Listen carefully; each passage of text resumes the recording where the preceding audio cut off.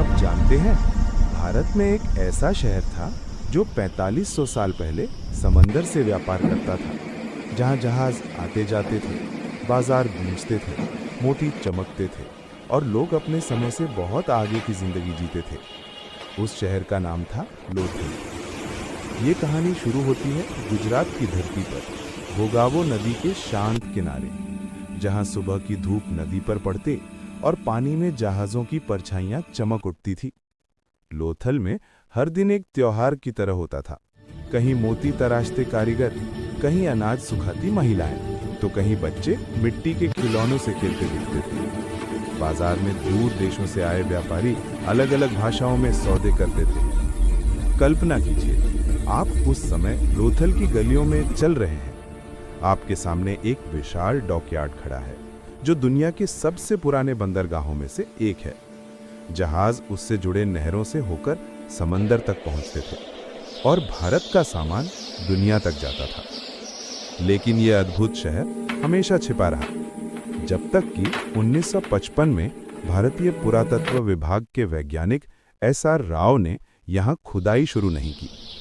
जैसे जैसे मिट्टी हटती गई, एक खोया हुआ शहर बाहर आने लगा। ईंटों के मकान, पक्की नालियां, अनाज भंडार, मोती बनाने की फैक्ट्रियां, कांसे के औजार और वो डॉकयार्ड जिसे देखकर दुनिया भी हैरान रह गई।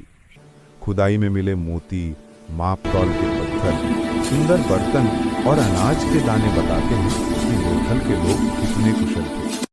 वे खेती करते थे, गेहूं, जौ, बाजरा और चावल, पशुपालन करते थे, गाय, भेड़ और बकरी, और व्यापार करते थे, मेसोपोटामिया, बहरेन और ओमान तक। लेकिन समय बदलने लगा, नदी का रास्ता मुड़ गया, समंदर से जुड़ाव टूट गया और लोथल का व्यापार धीरे धीरे खत्म हो गया।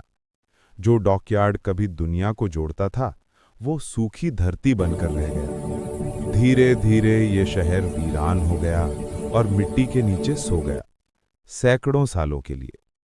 आज जब लोथल के खंडारों पर हवा चलती है, तो ऐसा लगता है मानो पुराने जहाज़ों की आवाज़ें अभी भी गूंज रही हैं, मानो कारीगर फिर से मोती तराश रहे हों, मानो बाजार फिर से जीवंत हो उठा हो। लोथल हमें याद दिलाता है कि भारत सिर्फ प्राचीन सभ्यता नहीं, बल्कि दुनिया का मार्गदर्शक था। तकनीक, व्यापार और कला सब में आगे। ये कहानी सिर्फ एक शहर की नहीं, बल्कि हमारे गौरव और बुद्धिमत्ता की पहचान है। तो दोस्तों, इसी प्रकार के और वीडियो देखने के लिए चैनल को सब्सक्राइब जरूर करें। धन्यवाद।